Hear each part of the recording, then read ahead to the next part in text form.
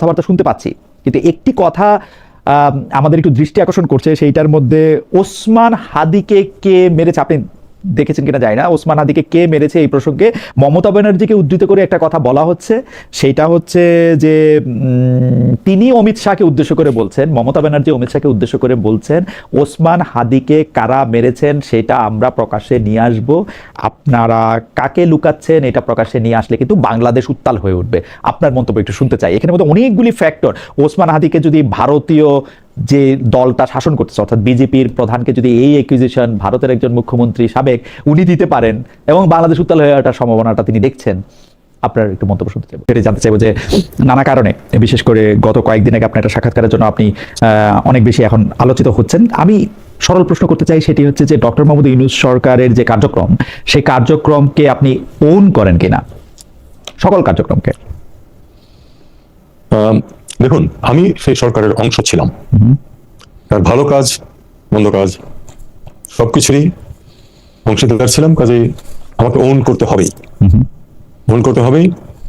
এটা কিন্তু সারা পৃথিবীতেই এটাই নিয়ম যে সরকার যখন আপনি অংশ থাকবেন, যে সরকার ক্ষমতায় আছে, ক্ষমতা এক্সারসাইজ করছে, তার সবকিছুর সাথে যে সবাই সবসময় একমত হয় তা কিন্তু না, কিন্তু তারপরেও ওন তো করতেই হবে, কারণ যেহেতু সিদ্ধান্তটা সরকারের এবং সেই সরকারের আমি অংশ ছিলাম।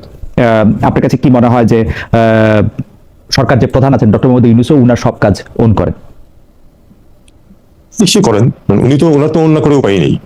কারণ উনি ছিলেন সরকারের প্রধান, কাজে উনি কি করে ওন না করবেন? ওকে, আমরা দেখছি যে একটু পুরনো কথায় ফিরে আসি যে বিএনপি সরকারের বর্তমান যিনি প্রিন্সিপাল সেক্রেটারি আছেন জনাব আব্দুল সাত্তার, তিনি বলেছিলেন যে এই সরকারের কমপক্ষে 8 জন উপদেষ্টা, 8ই বলেছিলেন বোধহয় সংখ্যাটা, 8 জন উপদেষ্টার বিরুদ্ধে যে দুর্নীতির অভিযোগ তার কাছে গোয়েন্দা মারফত তিনি জানেন, পরে আবার তিনি আর এটা নিয়ে কোনো উচ্চবাচ্য করেন নাই। আপনাদের ক্যাবিনেটে কখনো এই বিষয়টি নিয়ে আলোচনা হয়েছিল যে কারা সেই 8 জন? ইন্টারেস্টিং ভাবে তারা কোনো নাম বলেন নাই। না, এটা নিয়ে কোনো আলোচনা হয়নি, কারণ এটা জাস্ট একটা জাস্ট মতামত তিনি ব্যক্ত করেছেন, তার কাছে কতটুকু প্রমাণ আছে আমরা জানি না। আর প্রমাণ যদি হয় কারো বিরুদ্ধে, অবশ্যই সেটা যথাযথ ব্যবস্থা গ্রহণ করা উচিত। আপনি একটি কিচেন ক্যাবিনেটের ধারণা দিয়েছিলেন যে কিচেন ক্যাবিনেট পৃথিবীর সব দেশে আছে, অন্তর্বর্তী সরকারের সময় কিচেন ক্যাবিনেট ছিল। ইন্টারেস্টিং ব্যাপার যে কিচেন ক্যাবিনেট হোক আর যেখানে হোক, ডক্টর মোহাম্মদ ইউনূস যেখানে সকল সিদ্ধান্ত নিয়েছেন, সেই সিদ্ধান্তের ক্ষেত্রে আমরা যদি মার্কিন যুক্তরাষ্ট্রের সঙ্গে বাণিজ্য চুক্তিটি সামনে আনি, যেটিকে বাণিজ্য চুক্তি বলা হলো, আমি এটিকে নিরাপত্তা চুক্তি বলতে চাই। সেই চুক্তি থেকে আপনি বলেছিলেন যে পররাষ্ট্র মন্ত্রণালয়ের এটার কোনো দ্রুততম সম্পর্ক ছিল না। ফরিদা আক্তার বলেছেন যে যে সময় চুক্তিটি হয়েছিল সে সময় তিনি এটির বিরোধিতা করেছিলেন। জনাব মাহফুজ আলম, জনাব আসিফ মোহাম্মদ সজীব ভুঁইয়া, জনাব আসিফ নজরুল, আপনাদের কেউই এই বিষয়টি ওন করতে চান নাই। মানে আপনি হয়তো ওন করেছেন, আপনি কিন্তু কারা করেছে বা কাদের জন্য হয়েছে বা কারা এটির কুশলী ছিল সেটা ব্যাপারে আমরা কিছু জানি না। আপনি কি একটু আমাদের আলোকপাত করবেন? এটি ডক্টর মোহাম্মদ ইউনূস করেছে সেটা আমরা বুঝলাম, আর বাকি এটার মধ্যে কারা ছিলেন বা এই সিদ্ধান্তের ক্ষেত্রে বা এই গুরুত্বপূর্ণ সিদ্ধান্তের ক্ষেত্রে কারা থাকতেন, কারাই কিচেন ক্যাবিনেট? দেখুন, বিষয়টি আমার পক্ষে জানা সম্ভব না, কারণ কিচেন ক্যাবিনেটে দেখুন, কিচেন ক্যাবিনেট নিয়ে অনর্থক, এটা নিয়ে আমি যে বলেছি তারপরে এটা নিয়ে প্রচুর আলোচনা সমালোচনা ইত্যাদি হয়েছে। কিচেন ক্যাবিনেট যে থাকে এটা কিন্তু কোনো অস্বাভাবিক বিষয় না, কারণ সমস্ত পৃথিবীতেই থাকে এটা। তবে একটা জিনিস হয় যেটা, সেটা হলো যে কোনো একটা পার্টিকুলার ধরনের সিদ্ধান্ত হলে তখন বা কোনো মন্ত্রণালয়ের সংশ্লিষ্ট সিদ্ধান্ত হলে সেটা সেই মন্ত্রণালয়ের মতামত সেটাতে আসতে হবে, এমনকি যদি সেটা কিচেন ক্যাবিনেটের সিদ্ধান্ত হয়, স্বাভাবিক এটা। এখন এটা একটা বাণিজ্য চুক্তি হিসেবে এসছে এই চুক্তিটা, এবং একেবারেই সরকারের শেষ মুহূর্তে বলা উচিত, কয়েকদিন আগে এটা সই হয়েছে। বাণিজ্য চুক্তি তো পররাষ্ট্র মন্ত্রণালয় ইনভলভ নাও থাকতে পারে, কারণ বাণিজ্য মন্ত্রণালয় আছে এবং এটাতে ডক্টর খলিলুর রহমান ছিলেন জড়িত নেগোসিয়েশনে। উনি যেহেতু ন্যাশনাল সিকিউরিটি অ্যাডভাইজার, কাজে তার কাজের ক্ষেত্র তো অনেক বেশি ওয়াইড, প্রায় যে কোনো ক্ষেত্রেই তিনি অংশ নিতে পারেন, তার সেই যোগ্যতাও আছে। ক্যাবিনেটের বাকিরা আমি জানি না, এটা নিয়ে কিচেন ক্যাবিনেটে আলোচনা হয়েছিল কিনা তাও আমি জানি না। আর এটার এই চুক্তির কন্টেন্টস নিয়ে ডেফিনেটলি ক্যাবিনেটে আলোচনা হয়নি, কিন্তু যেহেতু এটা চুক্তি স্বাক্ষরিত হয়েছে, ভালো হয়েছে মন্দ হয়েছে সেটা আমরা সম্পূর্ণ অস্বীকার করতে পারবো না যে আমাদের দায়িত্ব নেই, দায়িত্ব আছে। তবে এটা ঠিক যে আসলে শেষ মুহূর্তে তড়িঘড়ি করে একটা সই করা উচিত কিনা এ নিয়ে ক্যাবিনেটে কিছু দ্বিমত ছিল অনেকের মধ্যে। এর চেয়ে বেশি ডিটেলস আমি যেতে চাই। চুক্তিটি ক্যাবিনেটে আলোচনা হয়েছিল কিনা সেটি নিয়ে আপনি আসলে বলছে যে এটি আলোচনা হয় নাই, কিছু জনের দ্বিমত ছিল, কিন্তু এর বেশি আপনি কিছু বলতে চান না। খুবই ইন্টারেস্টিংলি গত বছর দেখুন, দ্বিমত ছিল মানে কি, যে চুক্তিটা শেষ মুহূর্তে সই করা উচিত কিনা এটা নিয়ে আমাদের কারোর মধ্যে দ্বিমত ছিল, এটুকু আমি বলতে পারি। কিন্তু চুক্তিটা শেষ মুহূর্তে সই করা উচিত কিনা সেটা নিয়ে কারোর মধ্যে, কিন্তু ডক্টর মোহাম্মদ ইউনূস এক সপ্তাহ পরে যেহেতু একটা এক সপ্তাহ পরে একটা সরকার, নতুন সরকার আসছে, মানে আমাদের অনেকেরই মতামত ছিল যে ঠিক আছে তারাই না হয় করুক, এবং অনেকের মতামতের মধ্যে থেকে যেহেতু এই মতামতটা প্রিভেল করলো না, অনেকের মতামত যেহেতু প্রিভেল করলো না, আসলে কি আমরা ধরে নিতে পারি যে ডক্টর মোহাম্মদ ইউনূস চেয়েছিলেন বলে চুক্তিটি হয়েছে? আমি ঠিক এভাবেই বলবো না, তবে উনি অবশ্যই চেয়েছিলেন, না হলে তো হতে পারতো না। মানে উনি সরকারের প্রধান, তার অনুমোদন ছাড়া তো আর এটা চুক্তি সই হওয়া সম্ভব না। আপনার কাছে কি মনে হয়, আমরা যদি শেক্সপিয়ারের ভাষায় জিজ্ঞেস করি, হোয়াই দি আনহোলি হেস্ট? এসব বিষয়ে আমার মতামত আমি ব্যক্ত করবো কমপক্ষে 1 বছর পরে। এখন থেকে 1 বছর পরে, না আপনি সরকার থেকে চলে যাওয়ার 1 বছর পরে? শুরু থেকে 1 বছর পরে, 3 মাস হচ্ছে তো, আমি ধরেন আরো 9 মাস পরে, আগামী বছরের অনেক সময় আমি কিছু কথাবার্তা বলবো, আর একটু ওপেন হয়তো বলবো, কারণ এখন এটা উচিত না। এটা কি মানে ক্রমশ প্রকাশ্য সেজন্য, মানে নাকি মানে আপনি এটাকে আপনার ভীতি থেকে, ভয় থেকে, নাকি আপনার এক ধরনের মানে আছে না অনেক সময় আপনারা যারা খুবই মানে ভদ্র মানুষ তাদের ভদ্রতায় বাধে, সেইটার জন্য? দেখুন, ভয়ের তো কিছু নেই এখানে, তার মানে ভদ্রতাটাই মেইন। ভয় প্রশ্ন কেন? অনেকে কিন্তু ইতিমধ্যে যারা ট্রোল করছেন ভয়ে ভয়ে নাকি কি করছি ইত্যাদি বলছেন, তো আমাকে চেনেন না বলে তারা এসব করছেন। আমি আপনাকে চিনি বলে আমার কাছে মনে হয় আমি যখন এমনকি আমি যখন সরকারি চাকরি করছি তখন আমি ভয় করে চাকরি করি। এখন তো আমি স্বাধীন মানুষ, ভয়ের তো কোনো কারণ নেই, বয়সও কম হয় নাই। না, আমারও ধারণা যে ব্যাপারটা ভয় না, আপনি বিষয়টা আপনার মানে রুচি এবং ডিসেন্সিতেই বাধে আসলে, আমার কাছে এটা মনে হয়। এটা আপনার আমি সরকারি চাকরি থেকে অবসর নেওয়ার পরবর্তী 3 বছর কিছু লিখি নাই, কিছু বলি নাই। এবং এটা আমি প্রথমেই যখন আমাকে অনেকে অ্যাপ্রোচ করেছে আমি বলেছি যে 3 বছর গ্যাপ দিতে চাই আমি, কারণ আমি গতকাল মতো সরকারি চাকরিতে ছিলাম। বিষয়টা অনেকটা এরকম আর কি, এটা যদি সেরকম না তারপরেও। কিন্তু জনাব হোসেন, এই ডিসেন্সিটার কারণে আপনার কাছে কি মনে হয় যে বাংলাদেশের একটা ক্ষতি হতে পারে বা বাংলাদেশের স্বার্থ এট স্টেক? আমার মনে হয় না। আমার মনে হয় না এই কারণে যে নতুন সরকার যারা এসেছেন তারা মাত্র বসেছেন, 3 মাস তো আসলে খুব মোটেই দীর্ঘ সময় না। এটার ভালো মন্দ ওনারা দেখবেন, এবং আমি বিশ্বাস করি যে বাংলাদেশের স্বার্থ যেভাবে রক্ষিত হয় তারা সেভাবেই কাজ করবে। আপনার এটা মনে হচ্ছে বটে, কিন্তু আমি আপনাকে আমি বলবো যে এটা আমার একটা সৌভাগ্য হয়েছিল যে আমি কিন্তু আপনাকে ইন্টারভিউ করেছিলাম, এক্সাক্ট ডেট যদি বলি 2025-এর 29 সেপ্টেম্বর। আপনি নিউ ইয়র্কে এসেছিলেন, জাতিসংঘের যে সাধারণ সভা হয় সেটাকে কেন্দ্র করে অনেকগুলি সাইডলাইনে অনেকগুলি বৈঠক থাকে এবং অনেকগুলি কাজ ছিল। এর কিছু আমরা জানি, কিছু আপনি তখনও বলেন নাই, এখনো আমাদেরকে বলেন নাই, মানে ওরকম একটা অবস্থায়। সেই সময় কিন্তু আমি আপনাকে ক্যাটেগরিক্যালি আপনাকে জানতে চাইছিলাম যে এই যে ডোনাল্ড ট্রাম্পের ইম্পোজ করা অতিরিক্ত বাণিজ্য শুল্ক, তার সাথে চলমান বাণিজ্য চুক্তির আলোচনা নিয়ে জানতে চেয়েছিলাম। আপনি কিন্তু আপনার জায়গা থেকে এক ধরনের পজিটিভ অবস্থান সে সময় আমাদেরকে বলেছিলেন। আপনি তখন আমাদের বলেন নাই যে এর সাথে আপনার মন্ত্রণালয়ে কোনো সম্পৃক্ততা নেই, কারণ আমার মনে আছে যে আমি আপনার কাছে এই কথা জানতে চেয়েছিলাম।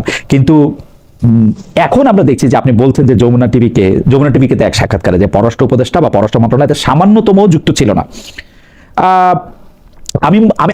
আমি জানতে চাই যে আমি পরে আবার আপনাকে দেখলাম যে আপনি একথাও বলেছেন যে আপনি ছেড়ে দিয়ে দিতে চেয়েছিলেন এই চেয়ারটি, 3 বারের মতো আপনি এটি করতেও চান নাই। আপনাকে যে এই বিটার পিলটা সোয়ালো করা, আপনাদের এই কূটনীতির ভাষায় যেটাকে বলে, যে তেতো পিলটা যে আপনাকে গিলতে হয়েছিল, সেটা কেন, কিসের সাথে? মানে আপনি তো এই চাকরিটার জন্য বা উপদেষ্টা চাকরিটার জন্য অনেক বড় ব্যাপার ছিল না, মানে আপনি আমার একটু ব্যাখ্যা করবেন যে মানে আপনি এত বিরক্ত ছিলেন, আপনি জানতেন যে এটা হইতেছে, এবং দেখেন এখানে একটা মিথ্যা কথারও ব্যাপার আছে। আমি যখন আপনার সাথে কথা বলতেছি তখনই কিন্তু ট্যারিফ 20%, 35% না, কিন্তু যারা এই চুক্তিটার পক্ষে কথা বলেন তারা বলেন যে 35 থেকে 19 এনেছেন। কিন্তু আমি আবারও সেই সাক্ষাৎকারটা দেখছি, সেই সময়টায় সেই 29 সেপ্টেম্বরই কিন্তু ট্যারিফ অলরেডি 20%, আপনার নিশ্চয়ই মনে আছে। সেই 20% থেকে 19% আনার জন্য ইলেকশনের ঠিক 3 দিন আগে চুক্তিটা করা হচ্ছে। আপনি এটা বসে বসে দেখতেছেন, আপনার মতো একজন মানুষ যার কাছে আমরা হয়তো গত 30 বছর ধরে নানা কারণে গেছি, আপনি চেয়ারে বসে আছেন তখনও গেছি, আপনি কি হয় মানে how can you do that, বা আপনি সহ্যটাই বা কেমনে করলেন? দেখুন, যেটা আমি বলেছি যে আমরা জড়িত ছিলাম না, সেটা কিন্তু সত্য কথা, আমি এখন আবার আপনাকেও বলছি। তবে আপনি যে সেপ্টেম্বরের কথা বলছেন, তখনও পর্যন্ত একটা কথা তাহলে বলে ফেলি, আমরা তো কন্টেন্টস জানতাম না। জি, ওইটা আমাকে ওইখানেও বলতে হবে। রাইট, পাবলিক কন্টেন্টস জানতাম না। বাণিজ্য চুক্তি করা প্রয়োজন, কারণ মার্কিনীদের এই যে ট্যারিফ নিয়ে বিভিন্ন ধরনের কার্যকলাপ, এটা আমাদের জন্য বিপজ্জনক। এই জন্য যে আমাদের বাণিজ্যের সবচেয়ে বড় অংশ মার্কিন যুক্তরাষ্ট্রের সাথে এবং গার্মেন্টসের সাথে, এবং গার্মেন্টস সেক্টর যদি ক্ষতিগ্রস্ত হয়, এটা শুধু অর্থনৈতিক ব্যাপার না, বিরাট সামাজিক গুরুত্ব আছে সেটার। কয়েক মিলিয়ন মেয়ে কাজ করে এই সেক্টর কাজে। আমাদের জন্য এটা খুব গুরুত্বপূর্ণ ছিল যে মার্কিনদের সাথে একটা চুক্তির মাধ্যমে যেন আমাদের নিশ্চিত হয় যে আমাদের ট্যারিফ বেশি হবে না। আমি এটুকু বলতে পারি যে এটুকুই জানতেন আম সদস্য যারা ছিলেন ক্যাবিনেটে, এর চেয়ে বেশি জানতেন না, আমিও না।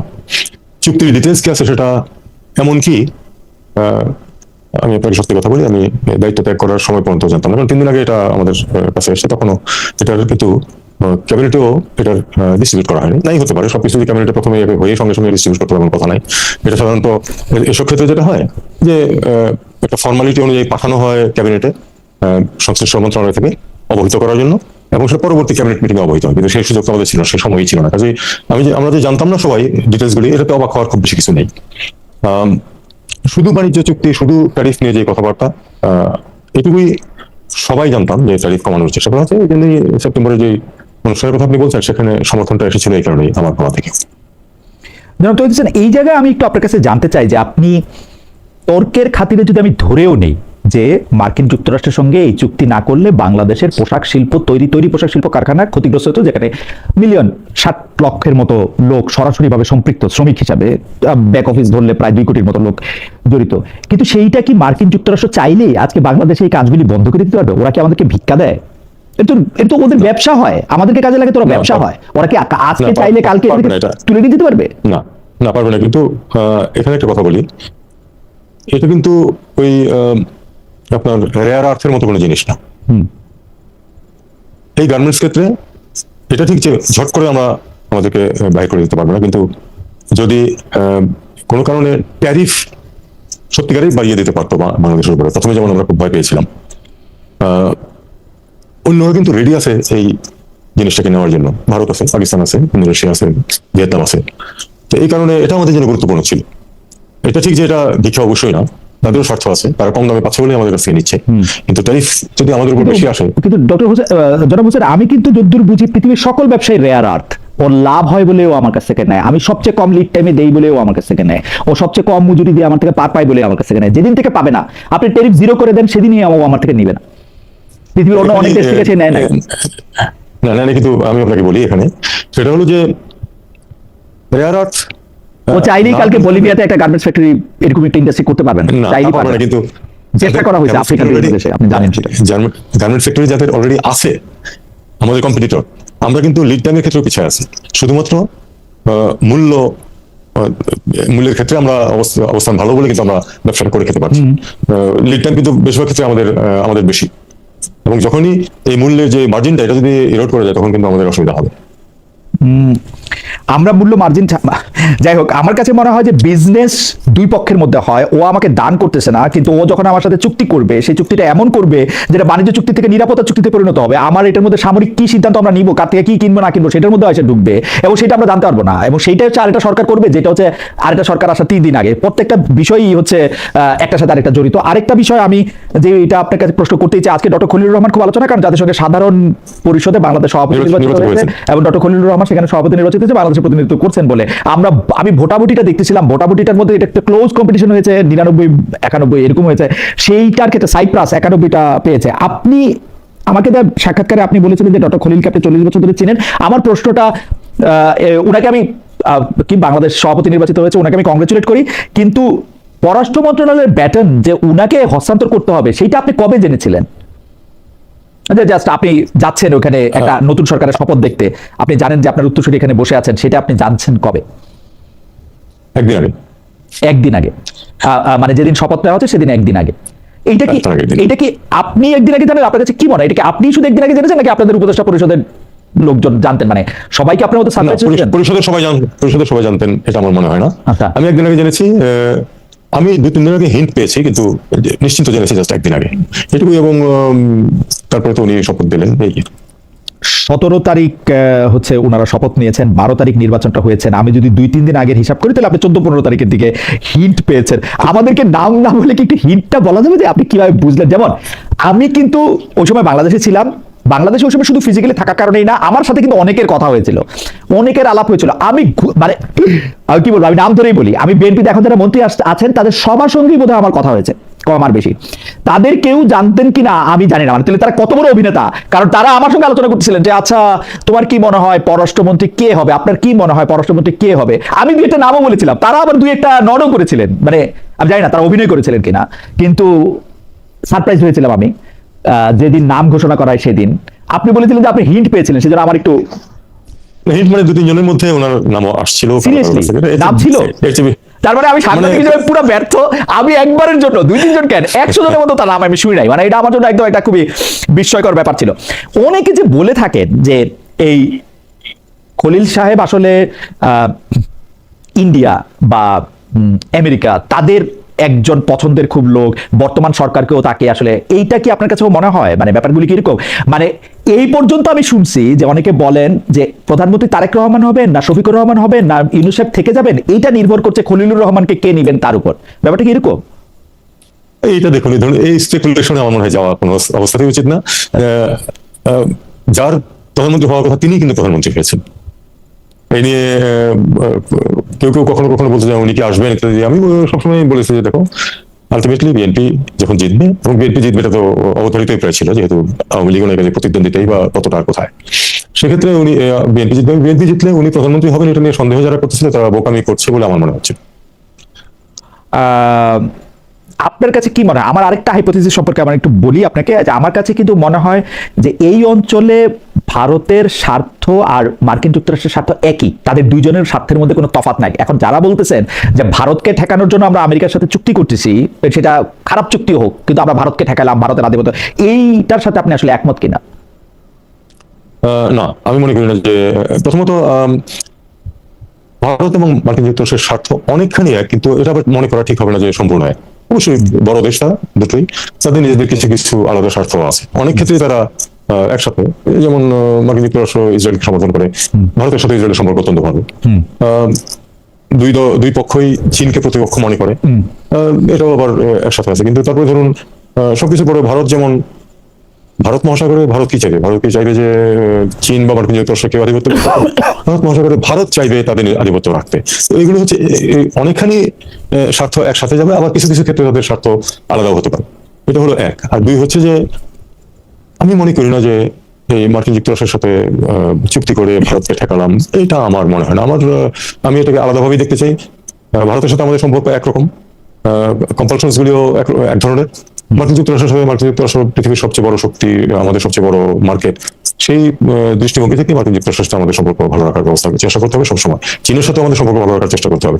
এই ব্যালান্সিং অ্যাক্ট পররাষ্ট্র মন্ত্রণালয়কে চিরদিনই করতে হয়েছে এবং করে থাকতে হবে, কারণ এই তিনটা দেশই আমাদের জন্য গুরুত্বপূর্ণ, এবং এই তিন দেশের তাদের নিজ নিজ স্বার্থ আছে, সেই অনুযায়ী তারা তাদের কাজ করে যাবে। তার মধ্যে থেকে আমাদের সাথে সংঘাত না হয়, আমাদেরকে সেভাবে এগোতে হবে।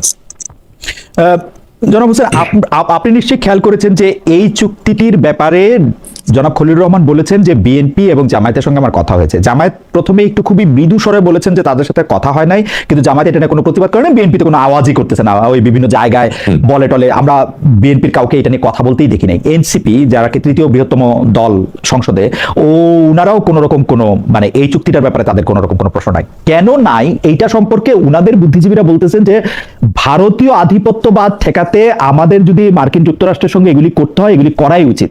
এইটা সম্পর্কে আপনি আসলে কি মনে করেন? ভারতীয় আধিপত্যবাদ ঠেকানো বরং মার্কিন যুক্তরাষ্ট্রের সঙ্গে এটা চুক্তি, আপনি এটাকে কিভাবে দেখেন? তো আমি বললাম আপনাকে যে আমি এরকম মনে করি না। আমি মনে করি যে এই তিনটা দেশের সাথে আমাদের সম্পর্ক আলাদা আলাদা আলাদাভাবে আমাদের দেখতে হবে, এবং সেভাবে এটাকে ফলো আপ করতে হবে। গুলিয়ে ফেললে হবে না একটা সাথে আরেকটাকে। ওকে। আর আমি যদি আপনার কাছে জানতে চাই যে ডক্টর খলিলুর রহমান বাংলাদেশের পররাষ্ট্রমন্ত্রী থাকা অবস্থায় জাতিসংঘের সাধারণ পরিষদের সভাপতি নির্বাচিত হয়েছেন, তো সেই ক্ষেত্রে এখন প্রোটোকলটা কি? বাংলাদেশে কি এখন নতুন আরেকজন পররাষ্ট্রমন্ত্রী নিয়োগ দিতে হবে?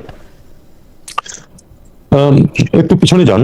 হুমায়ুন রশিদ চৌধুরী কিন্তু পররাষ্ট্রমন্ত্রী থাকা অবস্থায় কিন্তু উনি ইউএন অ্যাসেম্বলির প্রেসিডেন্ট ছিলেন। তখন একটা ব্যাপার ছিল কি, তখন সত্যিকার অর্থে শুধু সেপ্টেম্বর মাসটা পুরোটা থাকতে হতো প্রেসিডেন্ট যিনি হন তাকে, বাকি সময় মাঝে মাঝে গেলেই চলতো হুমায়ুন রশিদ চৌধুরী যেটা করতেন। আমি যতটুকু শুনেছি যে এখন ব্যাপারটা ওরকম নেই। এখন যিনি সাধারণ পরিষদের সভাপতি হবেন তাকে ফুল টাইম ওখানে থাকতে হবে। ফুল টাইম মানে 365 দিন না, বাট মূল বেসটা হতে হবে সেখানে। তারপরে হয়তো উনি ওনার তো অন্যান্য দেশেও কখনো কখনো যেতে হবে ইউএন এর সংশ্লিষ্ট কাজেই। এটা কিভাবে উনি হ্যান্ডেল করবেন সেটা দেখতে হবে, আগামী কিছুদিনের মধ্যে আমরা নিশ্চয়ই সেটা বুঝতে পারবো। এটা তো একটা বেতনের পোস্ট, রাইট? না না, অবৈধ এটা কিন্তু বেতনের পোস্ট না। এটা দেখুন পোস্টটা না, এটা হচ্ছে এরকম, উনি বাংলাদেশের প্রতিনিধি, বাংলাদেশই তার টেক কেয়ার করবে, ওকে, তাকে তার টেক কেয়ার করবে। ওনাকে একটা অফিস দেওয়া হবে ইউএন থেকে, ইউএন হেডকোয়ার্টার ওনার একটা অফিস থাকবে, সেই office manned by UN people. Okay, তাকে স্টাফ সাপোর্ট দেওয়া হবে। ওকে। ওনার যদি কোনোখানে সফরে যেতে হয় সেটার খরচ তারা বহন করবে, আমি যেটুকু শুনেছি আর কি, যতটুকু জেনেছি। আমি বেতন কিন্তু বলতে তার সাস্টেনেন্সের জন্য কিন্তু না, কোনো বেতন ইউএন থেকে দেবে না বলেই আমি জানি। আমি আমি আমি আমি বোধহয় বেতন শব্দটা ভুল বললাম, ভাতা মানে বাংলাদেশ টু হেডকোয়ার্টার যেখানে আসলে ইউএন আছে নিউ ইয়র্ক, এই যাতায়াত, উনার থাকা, এই সবগুলি তো ইউএনই বহন করবে, রাইট? আমার মনে হয় এই ধরনের কিছু খরচ তারা বহন করবে, কিন্তু সত্যিকার অর্থে যে মাসিক তাকে কিছু একটা সাস্টেন্সের জন্য অ্যামাউন্ট দেওয়া, সেটা করবে না, সেটা বাংলাদেশ সরকারকেই করতে হবে। আপনার কাছে এটাই নিয়ম। আপনার কাছে কি মনে হয়, একজন পেশাদার কূটনীতিক হিসাবে বাংলাদেশ সাধারণ পরিষদের সভাপতি হতে চায়, তাহলে পররাষ্ট্রমন্ত্রীকে কেন প্রতিনিধিত্ব করতে হলো? মানে মানে why not some other person? না, এমন কোনো কথা নেই যে তাকে করতেই হতো, কিন্তু আমাদের প্রেসিডেন্ট আছে হুমায়ুন রশিদ চৌধুরী, আমাদের প্রেসিডেন্ট হুমায়ুন রশিদ চৌধুরী আসে, কিন্তু অন্য দেশের প্রেসিডেন্টসটা কি, ওরা কি তাদের ফরেন মিনিস্টারকে বা অ্যাডভাইজারকে এই সভাপতি হতে পারে? অনেক ক্ষেত্রেই না, আমি জানি না। আমি এই পর্যন্ত শুনি নাই কখনো কোনো পররাষ্ট্রমন্ত্রী গিয়ে কোনো দেশের মানে কোনো একটা পরিষদের সভাপতি হয়েছে। ইদানিং হয়তো শোনেন না, এটা যেই দেশে হয় সেই দেশের উনি দায়িত্ব পালন করেন সভাপতি হিসাবে, কিন্তু জাতিসংঘের ক্ষেত্রে, যেটার ক্ষেত্রে আপনি বললেন যেটার মধ্যে প্রায় স্থায়ী একটা রূপ আছে, কারণ সভাপতি হিসাবে, সাধারণ পরিষদের সভাপতি হিসাবে ওনার অনেকগুলি প্রোটোকল ওনাকে দেখতে হয়, বিবেচনা করতে হয়, সামনে নিতে হয়, পিছনে নিতে হয়, যেই কারণে তার স্টাফ লাগবে। সেই দেশের একজন পররাষ্ট্রমন্ত্রীকে দায়িত্ব দেওয়া হয় কিনা? কারণ আমি বলছি, আমরা কিন্তু এর আগে এইসব আন্তর্জাতিক পোস্টগুলিতে আমরা সালাউদ্দিন কাদের চৌধুরীকে একবার দেখেছি যে এটার জন্য তিনি ফাইট করছেন। আমরা একবার দেখেছি যে সালাউদ্দিন কাদের চৌধুরী বোধহয় ওয়াইসির মহাসচিব হতে চেয়েছেন, ওয়াইসির মহাসচিব হতে। আমরা যদি ক্রিকেট বোর্ডের কথাও ধরি, আইসিসি বা এইসব আন্তর্জাতিক সংস্থাগুলির মধ্যে ঠিক মন্ত্রী পর্যায়ে কেউ যায় কিনা, মানে আপনার কাছে যদি তথ্য থাকে বা হিসাবটা থাকে? এটা কিন্তু না, আমি ওই যে বললাম যে আমাদের উদাহরণ, আমি পুরনো উদাহরণ আছে, তখন হয়তো আরো কেউ ছিল কিনা আমি জানি না ওই সময়, সম্ভব ছিল, কারণ তখন দায়িত্বটা অতটা চাপ ছিল না। এখন আমরা তো ধরুন, এখন তো উনি নির্বাচিত হয়ে গেছেন, আমার তো মনে হয় আগামী 15 দিনের মধ্যে আমরা এটা বুঝতে পারবো যে কি করতে যাচ্ছে, কিভাবে উনি হ্যান্ডেল করবেন। পররাষ্ট্রমন্ত্রী একটি দেশের এবং জাতিসংঘের সাধারণ পরিষদের সভাপতি, মানে কোনটা বেশি প্রেস্টিজিয়াস বা কোনটা মানে মানে ধরেন আমারে যদি এইদার ওর বলতো, আপনি আমাকে অনেকদিন ধরে চেনেন, স্নেহ করেন, আপনি আমাকে কোনটা নিতে বলতেন? মানে ইউ টু টেক ইট। এই প্রশ্নে আমি উত্তর দেবো না। বাংলাদেশের পররাষ্ট্রমন্ত্রীর জন্য জাতিসংঘের সাধারণ পরিষদের সভাপতি হওয়াটা কি চ্যালেঞ্জিং? মানে ওয়াজ ইট লাইক? না, এটা ধরুন বাংলাদেশের জন্য অবশ্যই এটা একটা প্রেস্টিজের বিষয় যে ইভেন জেনারেল অ্যাসেম্বলির প্রেসিডেন্ট আমাদের দেশ থেকে। না, কিন্তু এটা তো কোটা, এটা তো ঘুরা ফিরা ভানুয়াতুর লোক প্রেসিডেন্ট হবে। মানে এখানে কথা আছে, কিন্তু এখানে বিষয়টা হলো যে 5 বছরের গ্রুপগুলি ঘুরে। হ্যাঁ, 5 বছরের গ্রুপগুলি ঘুরে, এবং সেই গ্রুপগুলি থেকে তখন কিন্তু ওই নমিনিটা আসবে শুধু ওই গ্রুপগুলি থেকে, মানে এশিয়া গ্রুপের টার্ন ছিল এটা। জি, তো এশিয়া গ্রুপের মধ্যে যে দেশগুলি আছে, আমি যে ফর সাম আননোন রিজন, হ্যাঁ, এই সাইপ্রাসকে এশিয়াতে ঢোকানো হয়েছে। যাই হোক, সাইপ্রাস তো ইউরোপিয়ান ইউনিয়নের মেম্বার, রাইট, ঢোকানো হয়েছে। এই এশিয়ান গ্রুপের যে কোনো দেশ ক্যান্ডিডেট দিতে পারে, এবং নির্বাচনটা কিন্তু হবে আবার সারা পৃথিবীর, মানে যত মেম্বার আছে আপনার ওই সবার ভোটে, 197 সবার ভোটে 197 এর মধ্যে আমি দেখলাম 99 প্লাস 91 কম না, মানে অনেক। এটা যে ঘুরে 190টা ভোট চলে আসবেই, জি, ঘুরে যে চলে আসবেই বাংলাদেশের পক্ষে, এমন কিন্তু কোনো কথা নেই।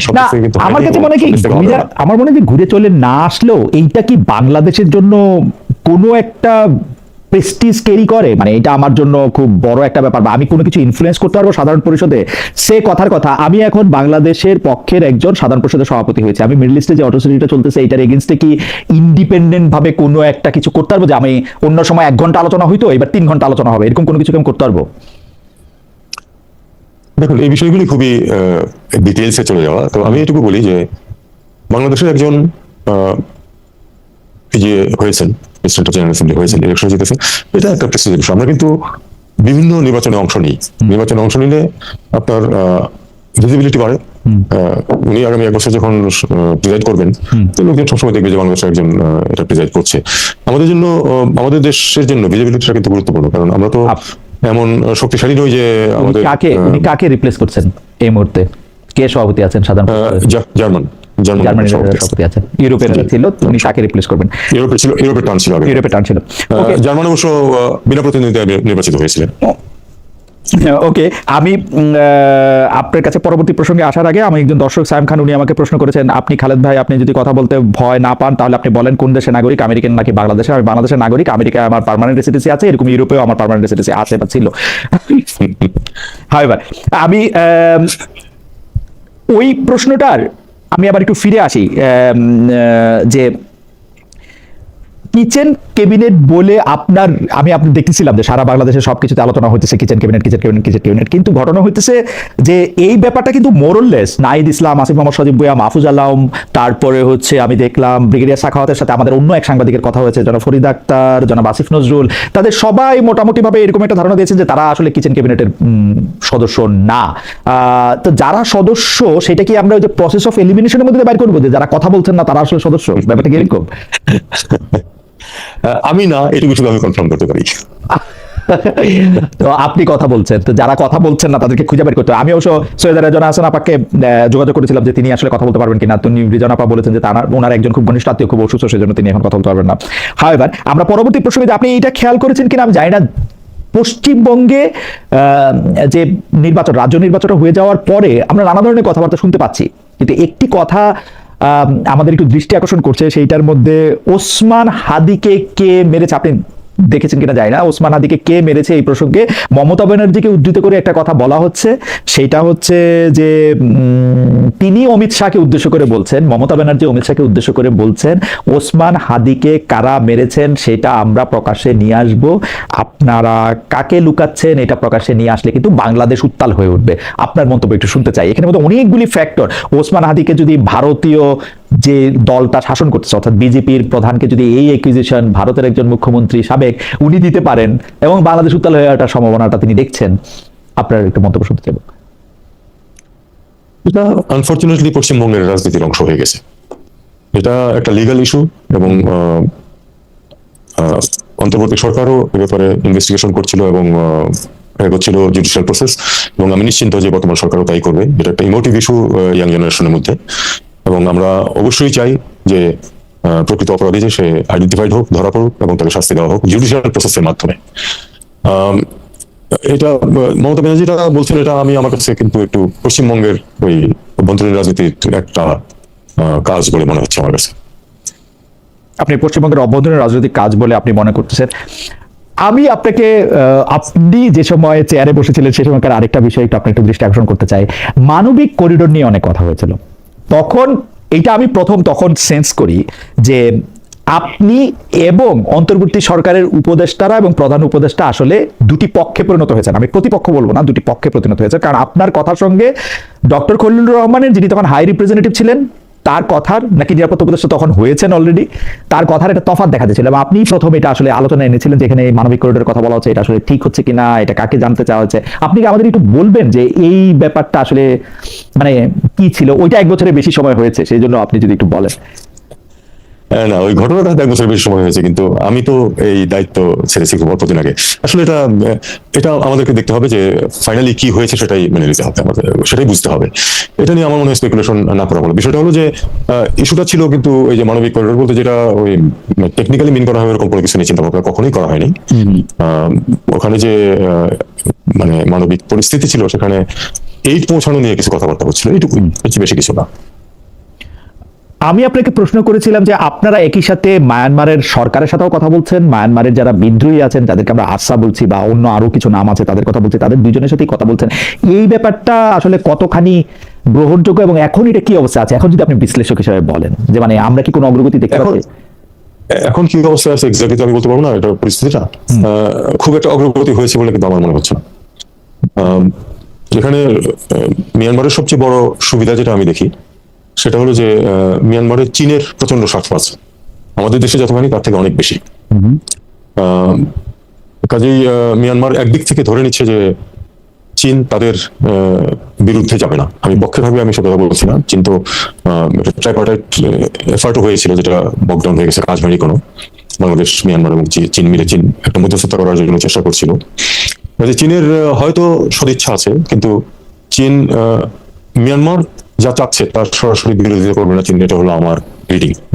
কাজে আমরা একটু এখানে বেশি একটু সমস্যায় আছি, বেশি একটু সমস্যা আছে, এবং এই সমস্যার সমাধানের দিকে যাচ্ছে এমন কোনো ইন্ডিকেশন আমি এখন পর্যন্ত দেখতে পাচ্ছি। কিন্তু ডক্টর মোহাম্মদ ইউনূস স্পষ্ট বলেছিলেন তার হাই রিপ্রেজেন্টেটিভ ডক্টর খলিলুর রহমানকে নিয়ে যে অনেক অগ্রগতি হয়েছে, আগামী ঈদে হয়তো এদের মধ্যে কেউ কেউ সেখানে গিয়ে ঈদও করতে পারে, কিন্তু আমরা কোনো অগ্রগতি আসলে দেখি নাই। আমার রিডিং হচ্ছে আপনার সরকার ওই সময় এটা তাহলে রিডিং না, এটা প্রশ্ন, কেন করেছিলেন আসলে বা বলেছিলেন বা কিসের ভিত্তিতে, ভিত্তিটা কি ছিল? এটা হলো আসলে কি, এটা এক ধরনের একটা আশাবাদ, এক ধরনের একটা আশাবাদ উনি ব্যক্ত করছিলেন বিরাট একটা সংখ্যক মানুষের সামনে। আপনি জানেন যেটা উনি বলেছিলেন ওই ইফতার পার্টিতে, তার স্পিচে উনি আশা প্রকাশ করছিলেন যে পরবর্তী ঈদ হয়তো ওনারা কি করতে পারবে। উনি আশার বাণী শোনাচ্ছিলেন, কিন্তু আমার মনে হয় না যে উনিও এটা বিশ্বাস করতেন যে 1 বছরের মধ্যে এত বড় সমস্যার সমাধান আমরা করে ফেলতে পারবো। আমি নিশ্চিন্ত ছিলাম যে এটা বিষয়টা অত সোজা না। তবে ওই মুহূর্তে হি ওয়াজ লুকিং ফর আইবলস, ইন্টারন্যাশনাল মিডিয়ার উনি আসছেন, উনি একদম চেঞ্জ করে দিচ্ছেন বা ভালো কিছু করতেছেন এটা বোঝানোর জন্য, মানে অনেক ভালো কিছু করার যে ওনার সদিচ্ছা আছে এটা অন্তত উনি বোঝানোর চেষ্টা করছিলেন বলে আমার মনে হয়। কিন্তু আমরা তো পুরনো প্রফেশনাল, আমি নিশ্চিন্ত ছিলাম যে এটা ঘটতে যাচ্ছে না, 1 বছরের মধ্যে কেউ ফেরত যাবে। আর একটা বিষয় আছে, কিন্তু এখানে 2-3 বার অ্যাটেম্প্ট হয়েছে আওয়ামী লীগ সরকারের সময় টোকেন কিছু মানুষকে ফেরত পাঠানো। আমি তখন লেখা এবং কথায় সরাসরি বিরোধিতা করেছি এটা, কারণ আমি যদি একটা সকল টোকেন 5,000 মানুষকে ফেরত পাঠায় দেওয়ার ব্যবস্থা করতে পারি, অনেক হয়ে গেল এটা কিন্তু আমাদের কোনো হেল্প করবে না, এটা হেল্প করবে মিয়ানমারকে হেল্প করবে কিভাবে, তারা তখন এটাকে বিক্রি করবে যে আমরা বাইলেটারালি সমস্যার সমাধান করে ফেলেছি, কাজেই আন্তর্জাতিক সম্প্রদায়ের এটা নিয়ে আর ব্যস্ত হওয়ার কোনো কারণ নাই। এদিকে কিন্তু যে সময় এই 5,000 লোককে পাঠানো হচ্ছে, ইতিমধ্যে 25,000 বাচ্চা অতিরিক্ত জন্ম হয়ে গেছে। কাজেই এটা এই যে আমরা 5,000 বা 500 দিয়েও শুরু করতে পারি, কিন্তু আমার কথা হলো যে একটা রোড ম্যাপ থাকতে হবে, স্যাক্রোসেন্ট, যেটা যেগুলো ভেঙে ফেলতে পারবে না। আমরা 5,000 থেকে শুরু করবো, তারপরে ওভার 1 ইয়ার, 2 ইয়ার্স, 5 ইয়ার্স আমরা এই 12 লাখ লোককে ফেরত নিয়ে যাবো। এটা যতদিন না হবে ততদিন পর্যন্ত আসলে আমাদের জন্য গ্রহণযোগ্য কোনো সমাধান বলে বিবেচিত হবে বলে আমার মনে হয়। আমারও মানে আমি আপনার বক্তব্যের সাথে মানে বা চিন্তার সাথে সেই মানে প্রায় একই, আমার মতামতের কোনো দাম নাই, তারপর আমি প্রায় একই মত পোষণ করি, প্রত্যেকেরই মতামতের দাম আছে। কিন্তু একটা প্রশ্ন তুলে এসেই পড়তেছে যে জনাব তৌহিদ হোসেন, আপনার এই মতামত কিন্তু আসলে চেঞ্জ হয় নাই, আপনার তো অনেক আগে থেকে লেখালেখি করেন, হয়তো কোনো একটা সিদ্ধান্তের প্রেক্ষিতে তো ডক্টর মোহাম্মদ ইউনূস কিন্তু আমি উনাকেও অনেকদিন ধরে চিনি, উনি কিরকম করে বলেন, কিরকম করে ভাবেন, সেটার সাথেও আমি কিছুটা পরিচিত। আপনি ডক্টর মোহাম্মদ ইউনূসের ক্যাবিনেটে কিভাবে বিবেচিত হইলেন? মানে আপনার চিন্তার সাথে ডক্টর মোহাম্মদ ইউনূসের চিন্তা, ডক্টর মোহাম্মদ ইউনূস অনেকটাই, আমি এই শব্দটা এখন বলতেই চাই, অনেকটা বেশি গ্যালারি শো করতে পছন্দ করেন, মানে যা কিছু করেন তার চেয়ে বেশি অনেক কিছু দেখাইলেন বা সেটা সদিচ্ছা পরে বললেন। আপনি উল্টা, আপনি যতটুকু কাজ করলেন তার 3 ভাগের 1 ভাগ বললেন। আপনাকে কেন, মানে ওয়াই ইউ? পৃথিবীতে তো অনেক লোক ছিল। এটা ঠিক, কারণ আপনি কোনোভাবেই ডক্টর মোহাম্মদ ইউনূসের মানে আছে না একটা মানে খেলার একটা ধরন তো আছে, ওই ধরনের সাথে আপনি এটা এমনও হতে পারে যে এই কারণেই হয়তো আমি ছিলাম চোজেন, যে উনি হয়তো একজন লো প্রোফাইলই চেয়েছেন, মানে হাই প্রোফাইল হয়ে যান না এরকম হয়তো চেয়েছেন, হয়তো ভেবেছেন যে আমি যেহেতু লো প্রোফাইল মেনটেন করি এটাই বেশি কাজে লাগবে, হয়তো ভেবেছিলেন উনি। এর বাইরে আমি আসলে কিছু জানি না। উনি চেয়েছিলেন মানলাম, তাহলে আপনি কেন গিয়েছিলেন? মানে উনি যে আগেই চেয়েছিলেন এমন কোনো প্রমাণ কিন্তু আমার কাছে নেই। আচ্ছা, আপনার কাছে মানে আমি কিন্তু স্পষ্ট, আপনি শুধু সাক্ষাৎকারে বলেছেন বলে না, যেমন অনেকে এটা বলে যে আপনি যদি 3 বার পদত্যাগ করতেই চেয়েছেন, মনে মনে চেয়েছেন, তারপর এটা শুনে আমাদের কি লাভ হলো, আপনি, আমি কিন্তু আপনাকে পড়তে পারি যে এটা হয়তো আপনি আসলেই চেয়েছেন, কিন্তু আপনার কাছে কি মনে হয়েছিল ডক্টর মোহাম্মদ ইউনূসের সাথে বা তার পররাষ্ট্র উনি যেভাবে দেখেন বা রাষ্ট্র উনি যেভাবে দেখেন তার সাথে আপনার কোনোভাবে মিলবে, মানে এটা আপনি কখনো মনে হয়েছিল বা আপনি তার সাথে? আমি যখন রাজি হয়েছি দায়িত্ব নিতে, আমি কিন্তু প্রথমে আমাকে যখন বলা হয়েছিল ওই দিনে আমি রাজি হই নাই। আমি বলেছিলাম যে যদি প্রফেসর ইউনূস দায়িত্ব নেন তাহলে আমি অসুবিধা। আপনি বলেছিলেন যে প্রফেসর ইউনূস আসলে তারপর আপনি আসবেন, মানে আপনার তার উপরে একটা, হ্যাঁ তাহলে আসবো আমি। জি, তার উপর আমার যথেষ্ট শ্রদ্ধা এবং বিশ্বাস ছিল। এই সরকার হয়তো অনেক কিছু করতে পারেনি, কিন্তু তার প্রতি তো আমাদের একটা আস্থা ছিল, বিশ্বাস ছিল, সেই হিসাবে আমি রাজি হয়েছিলাম। কেন? পরে আমার কাছে মনে হয়েছে যে তার ব্যক্তিত্ব, তার পরিচিতি, আর মানে আপনি তার সাথে কাজ করেছেন কখনো? কাজ করিনি, কিন্তু অনেকবারই দেখা সাক্ষাৎ হয়েছে ওকে, বিভিন্ন জায়গাতে। আমি আমি আমি আমার ট্রেনিদেরকে নিয়ে গ্রামীণ ব্যাংকে তার অফিসে গেছি, গিয়ে we had 1 hour 2 hour session, এরকম Okay. হয়েছে। ব্যাপারটা এরকম না তো যে উনি একটা- যেহেতু শেখ হাসিনার শত্রু সেজন্য আপনি ভাবছেন যে উনি আসলে কাজ হবে? না না, সেটা সেটা আমি মোটেই মনে করি নাই। আমার কাছে অন্যরকম মনে হয়েছে। আমি এখনো মনে করি যে 5 আগস্টের পর যে পরিস্থিতি ছিল, সম্ভবত আমি দৃঢ়ভাবে বিশ্বাস করি যে প্রফেসর ইউনূসের সত্যিকার অর্থে কোনো বিকল্প ছিল না আমাদের জন্য। হাইন্ডসাইট ওনার না, হাইন্ডসাইট আমার মনে হতে পারে, হাইন্ডসাইট মনে হতে পারে যে উনি হয়তো অমুক হলে ভালো হতো, সেটা হতে পারে। কিন্তু ওই মুহূর্তে আমি খুব কম মানুষ দেখেছি যারা মনে করে যে he is not the man, he was absolutely necessary. ওই সময় আমার কাছে মনে হয়েছে। এমন হতে পারে যে তার প্রতি যে আস্থা, যে প্রত্যাশা ছিল, সেটা হয়তো পূরণ হয় নাই অনেকেরই, কিন্তু ওই মুহূর্তে আসলে ওনার যে পরিচিতি, সেটা প্রয়োজন ছিল বাংলাদেশের। একটা কথা আসছে যেটা আপনার একজন সাবেক কলিগ জনাব আসিফ মোহাম্মদ সজীব ভাই উপদেষ্টা ছিলেন, তিনি বলেছিলেন যে এই সরকারকে ডিপ স্টেট 5 বছর রাখতে চেয়েছিল। আপনি কি সেই ডিপ স্টেটকে চেনেন? মানে কারা আপনাদেরকে 5 বছর ক্ষমতা রাখতে চেয়েছিল?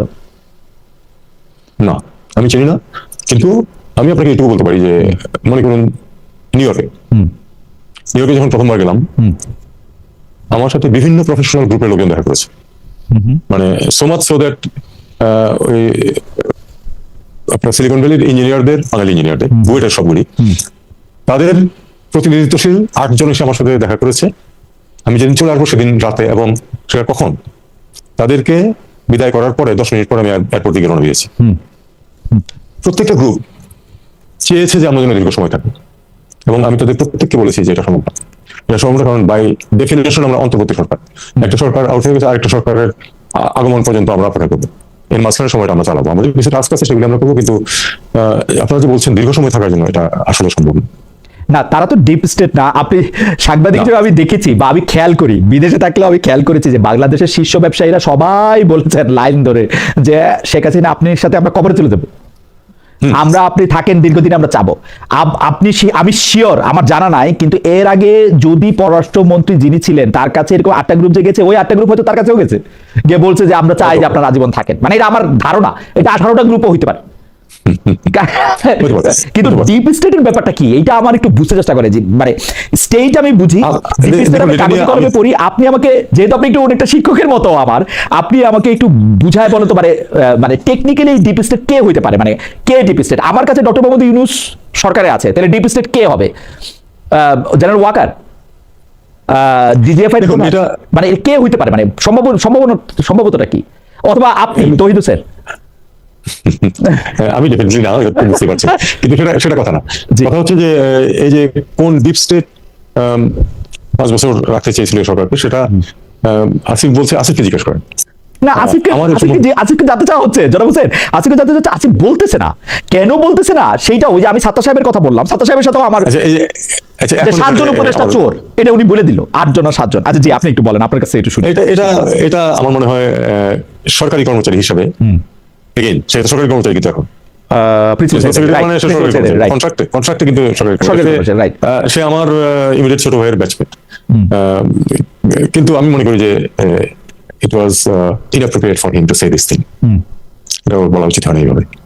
সে যদি আসলে মনে করে যে আমাদের মধ্যে চোররা ছিল, সেই তথ্য জায়গা মতো দিক এবং ব্যবস্থা নেই, কিন্তু এভাবে ওপেনলি বললই যদি এখন তো দুর্নীতি দমন কমিশন হোক, অন্যান্য জায়গা হোক, সেটা খুঁজে বের করা দরকার, তাকে জানতে চাওয়া দরকার। এত জানতে চাওয়া হচ্ছে না। না, আমি ডিপ স্টেট নিয়ে পড়ালেখা শিখতেছিলাম, আপনি আমাকে ডিপ স্টেট একটু বলেন তো, একদম কেস স্টাডি হিসেবে বলেন। না স্যার, সত্যি কেস স্টাডি হিসেবেই বলেন, কেস স্টাডি হিসেবেই বলেন। কারণ হচ্ছে যে এরকম কেস স্টাডি আপনি কিন্তু এটা অশেয়ার করতে পারবেন। আপনার কাছে অনেক কিছুই আমি এর আগেও বহু বছর ধরে জানতে চেয়েছি যে এটা কি, এটা বুঝায় বলেন, এটা বলেন।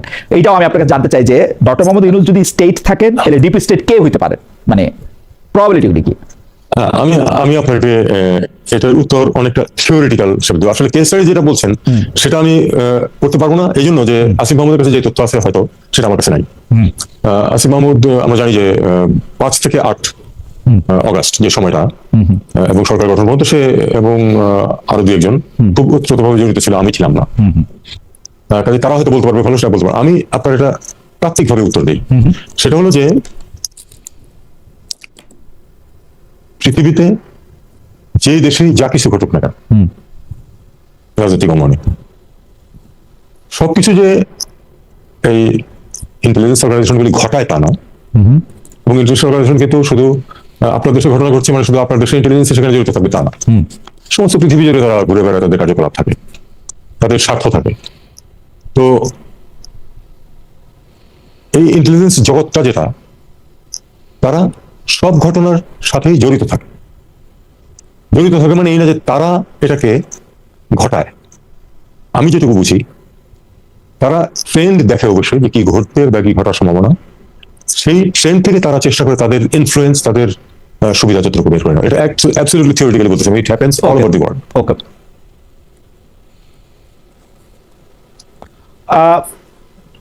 ডিপ স্টেট চেয়েছিল আপনাদের সরকার 5 বছর থাকুক, আপনাদের সরকার 5 বছর থাকে নাই। মানে প্রথমে একটু জুন মাসে বা কোন মাসে নির্বাচন হবে, ডক্টর মোহাম্মদ ইউনূস নিজেও বলেছিলেন যে আমি তো দেখি বিএনপি ছাড়া কেউ ইলেকশন চায় না, আমি তো দেখি সবাই আমাদেরকে চায়। উনি নামাজ পড়তে গেছেন, অনেক লোক, ডক্টর মোহাম্মদ ইউনূস সরকার অনেক লম্বা সময় থাকা দরকার সেটা এরকম করে বলছেন। তো ডিপ স্টেট চেয়েছিল 5 বছর অন্তর্বর্তীকালীন সরকার থাকুক, 5 বছর অন্তর্বর্তীকালীন সরকার থাকতে পারে নাই। তাহলে এইটা থিওরিটিক্যালি আপনি বলেন যে এটা কি ডিপ স্টেটের পরাজয়? ডিপ স্টেট কি হেরে গেছে? ডিপ স্টেট আমি যেটুকু বুঝি, মানে ইন্টেলিজেন্স জগৎ যেটা, তাদের আসলে জয় পরাজয়ের কোনো ব্যাপার নেই। ওকে, তারা আছে এবং থাকবে। পরিস্থিতি যখন যেদিকে যাবে সেই পরিস্থিতিকে তারা ম্যানিপুলেট করার চেষ্টা করবে। এটাই স্বাভাবিক, সমস্ত পৃথিবীতে এটাই ঘটে। এখানে আমি একটা কথা বলি যে অন্যান্য দল চাইতে পারে, যারা জয়ী হবে না, যাদের বেজ নেই বড়, তারা তো চাইতে পারে যে সরকার থাকুক, দীর্ঘদিন আমাদেরকে একটু গুরুত্ব দিক, ইত্যাদি ইত্যাদি। এখন যে দল জানে যে তারা নির্বাচনে জিতবে, নির্বাচন হলে, তারা কেন চাইবে সেটা? এবং তারা যে নির্বাচন চাচ্ছিল তাড়াতাড়ি, সেটা খুবই লজিক্যাল। ইলজিক্যাল কিছু কিন্তু নেই, কারণ আমি জানি যে আমরা এখন নির্বাচন হলে আমরা জিতবো। এক ভদ্রলোক এরকম বলেছেন আমার কাছে, না অন্যের কাছে, যে আচ্ছা বলেন, যদি 3 মাসের মধ্যে নির্বাচন হয়, এটা 3-4 মাস পরের কথা, তাহলে কে জিতবে? বিএনপি জিতবে। যদি 1 বছর পরে হয়, তাহলে বিএনপি জিতবে। তাহলে এখন এবং 1 বছর পরের মধ্যে তফাৎটা কি? তফাৎটা মনে করা হচ্ছিল যে কিছু রিফর্ম হয়তো হবে, মানে যাতে এই ধরনের পরিস্থিতি আবার সৃষ্টি না হয়। কিন্তু সেটাও তো আসলে একটা অন্তর্বর্তী সরকারের সেই দায়িত্ব ওইভাবে সম্ভব না। এটা কোনো বিপ্লবী সরকার ছিল না, সংবিধানের মধ্যে থেকেই সব কাজ করার চেষ্টা করা হয়েছে। কাজে আমি মনে করি না যে এটা দীর্ঘ সময়ের যে চিন্তা ভাবনা ছিল সেটা সঠিক ছিল, এবং যেটা হয়েছে এটাই অবধারিত ছিল। ডিপ স্টেট নিয়ে আমি একটা কথা বলি, যে এই যে আমি বললাম না যে ডিপ স্টেট হেরে গেছে, 5 বছর রাখতে পারে নাই। আমার আবার মনে হয় কি ডিপ স্টেট আসলে হারে নাই। ডিপ স্টেট 5 বছর, হ্যাঁ ডিপ স্টেট, হ্যাঁ সেটা আপনার কথা শুনেই মনে হলো ডিপ স্টেট কখনোই হারে না। তার মানে ডিপ স্টেট ইউনূস সরকারকে ক্ষমতায় রাখতে চেয়েছিল, ডিপ স্টেট ইউনূস সরকারকে ক্ষমতায় রেখেছেই, শুধু নামটা পরিবর্তিত হয়ে এখন তারেক রহমান সরকার হয়েছে। কারণ ইউনূস সরকার যা কিছুই করতেছিলেন সেইটার ধারাবাহিকতাতেই এই ব্যাটনটাই তারেক রহমান দেশ চালাচ্ছেন। এমন কি হইতে পারে যে ইউনূস সরকার যেগুলি করতেন তারেক সাহেব সেগুলি করবেন, তো খালি সিট চেঞ্জ হবে? মানে আমি এটা মনে করি না। কারণ আপনি নিজেও দেখেছেন যে এই যে রিফর্ম এফার্টস যেটা ছিল সরকারের, সে শেষ 6 মাস খুব, যারা এটা নিয়ে জড়িত ছিলেন যে কয়জন, তারা কিন্তু খুব কষ্টে ছিলেন, ইনক্লুডিং আমাদের রিয়াজ ভাই। মানে কোনো কিছু তারা সামাল দিতে পারছিলেন না, একসাথে করতে পারছিলেন না। অনেকটা ওই একটা ঝুড়ির মধ্যে অনেকগুলি জ্যান্ত ব্যাঙ রেখে দেওয়ার মতো অবস্থা তাদের সৃষ্টি হয়েছিল। তো কাজেই সেখানে বিভিন্ন মতামত কিন্তু উঠে এসেছে। অনেক ক্ষেত্রেই বিএনপির সাথে কিন্তু যারা এই পদ্ধতিতে জড়িত ছিলেন তাদের একমত হয় নাই, অনেক ক্ষেত্রেই কিছু কিছু ক্ষেত্রে হয়েছে। আমি মনে করি না যে একেবারে ইউনূস সরকার যা করেছে, এমন তো নয় যে ইউনূস সরকার যা করেছে তার সব সাংঘাতিক সাকসেসফুল, প্রচন্ড ভালো ভালো সব সিদ্ধান্ত ইমপ্লিমেন্ট করতে পেরেছি। আমি আমার মানে হাইপোথিসিসের পক্ষে যুক্তি দেখাই। ধরা যাক ভারত প্রসঙ্গে, আমি ভারতের সাথে আমরা এরকম শুনেছি যে শেখ হাসিনা অনেকগুলি চুক্তি করেছেন, অনেকগুলি ছাড় দিয়েছেন, নিজের মুখেও বলেছেন ভারতকে যা দিয়েছি তা তো আর কোনোদিন, মানে তারা কোনোদিন তা ভুলতে পারবে না। কিন্তু আমরা অন্তর্বর্তী সরকার ক্ষমতা আসার পর আপনাকে, প্রফেসর আসিফ নজরুলকে, এমনকি আর কার, ব্রিগেডিয়ার জেনারেল সাখাওয়াত হোসেনকে, যাদেরকে আমরা ইন্টারভিউ নিতে পেরেছি, তাদেরকে আমরা জানতে চেয়েছিলাম যে ভারতের সাথে যে চুক্তিগুলি হয়েছে সেগুলি আসলে প্রকাশে আনা হচ্ছে না কিনা, সেগুলি বাতিল করা হচ্ছে কিনা, ভারতের 26 লাখ লোক বাংলাদেশে অবৈধভাবে কাজ করে সেরকম কথা, তাদের একটা তালিকা করা হয়েছে কিনা, ভারত এত একতরফা আমাদের সাথে চুক্তি বাতিল করছে, বলছে এখানে আজকে ঢুকতে দিবে না, কালকে ওইটা বাতিল করে দিবে, কালকে ওইটা করবে, এর বিপক্ষে কিছু করা হচ্ছে কিনা, শফিকুল আলম সাহেবকে, যিনি মুখপাত্র ছিলেন, তাকেও। তো আপনি কি এর কোনো ব্যত্যয় দেখতে পান? প্রথমে যদি আপনার সময়টা যদি আপনি বলেন যে ভারতের সাথে সম্পর্কের ক্ষেত্রে আওয়ামী লীগ সরকারের সাথে ভারতের যে সম্পর্ক, অন্তর্বর্তীকালীন সরকারের সময় ভারতের সম্পর্কের ক্ষেত্রে কোনো তফাৎ হয়েছিল কিনা, আমরা যেটাকে এক ধরনের পার্থক্য বলতে পারি, সেইটা হয়েছিল কিনা? না, পার্থক্য হয়েছিল কিরকম আমি আপনাকে বলি। এই যে ভিসা নিয়ে সমস্যা, এই যে আপনার বেনাপোল দিয়ে সুতা আনা নিয়ে সমস্যা, এগুলি কিন্তু হয়েছে অনেক কিছু। আমরা ঠিক ওই আগের সরকার যেরকম সবকিছুতেই আমরা যেটুকু দেখেছি যে প্রকাশ্যেও তাদের পররাষ্ট্রমন্ত্রী সহ অনেকেই অনেক কথা বলেছেন, যেগুলো আসলে খুবই মানে অসম্মানজনক একটা দেশের, স্বাধীন দেশের জন্য। আমরা সেটা থেকে অন্তত পক্ষে বেরিয়ে আসতে পেরেছি বলে আমি মনে করি। আন্তর্জাতিক চুক্তি সমূহ বিষয়ে কিন্তু একটা জিনিস মনে রাখতে হবে, আপনি নেগোশিয়েট যখন করছেন, চুক্তি সই করার আগে আপনার স্বার্থ দেখার কথা। আপনি যখন সই করে ফেললেন, আপনি কিন্তু ঝট করে সেটা থেকে বেরিয়ে আসতে পারবেন না। আপনি হয়তো কিছু কিছু ক্ষেত্রে সেটাকে ইমপ্লিমেন্টেশন ডিলে করতে পারবেন, অথবা ঠিক ওই আন্তরিকভাবে করলেন না কাজটা, সেটা হতে পারে, কিন্তু আপনি তো ঝট করে বেরিয়ে আসতে পারবেন না সেই চুক্তি থেকে। এখন যেগুলি হয়েছে সেগুলি অবশ্যই রিভিউ হতে পারে, বিশেষ করে এখন তো একটি নির্বাচিত সরকার এসছে যারা স্বস্তির সাথে কাজ করতে পারবে, কাজে এবং দীর্ঘমেয়াদে থাকবে তারা প্রত্যাশিত, কাজে তারা সেগুলো আবার রিভিউ করতে পারবে এবং রিনেগোশিয়েট করা সম্ভব। কিন্তু আপনি ঝট করে কিছুই না করে বের হয়ে আসতে পারবেন না কোনো কিছু থেকে। ভারতীয়রা যারা অবৈধভাবে কাজ করছে সংখ্যাটা 26 লাখ, 36 লাখ, 56 লাখ, নানা রকম শুনেছিলাম আমরা। এটা একটা সিদ্ধান্ত ছিল, এটুকু আমি জানি, যে সব এমপ্লয়ারদেরকে বলা হচ্ছিল তাদের বিদেশি এমপ্লয়ি যারা আছে তাদের তালিকা দিতে হোম মিনিস্ট্রিটা দেখছিল, এবং তারা যতটুকু জানা গেছে অনেকেই যারা সঠিক কাগজপত্র নিয়ে কাজ করছিল না, তাদের অনেকেই কিন্তু তখন দেশ ছেড়ে চলে গেছে, বাংলাদেশ ছেড়ে ভারতে চলে গেছে, অনেক বড় সংখ্যক। আমার অনুমান যে যারা এরপরে রয়ে গেছে তাদের বেশিরভাগই কাগজপত্র আছে, অনুমতি আছে। আপনারা কোনো একটা তালিকা বা ওরকম করার সুযোগ পান নাই যে কারা এরকম আছেন? বা এটা তালিকা করার সুযোগ থাকলে হোম মিনিস্ট্রিকে করতে হতো, আমি কিন্তু দেখিনি যে এরকম স্পষ্ট তালিকা এসেছে। তবে এটা কগনিজেন্সে নেওয়া হয়েছে যে অনেক ওই বর্ডার থেকে দেখা গেছে যে প্রচুর মানুষ চলে গেছে আসলে। আপনার কাছে একটু, আপনি যেহেতু গত আওয়ামী লীগ আমলে পররাষ্ট্রমন্ত্রীর কথা তুললেন,